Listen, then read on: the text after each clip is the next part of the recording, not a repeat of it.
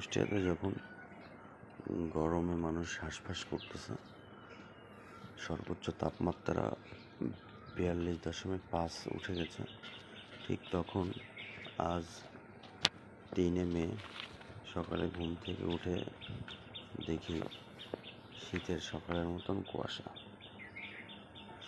অল্প না, অধিক পরিমাণের কুয়াশা।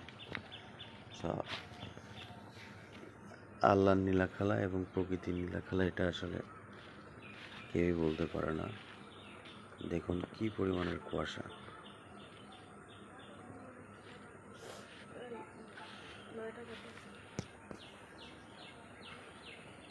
সকালবেলা যেখানে মানুষ গরমে বাঁচে না, ঠিক সেখানে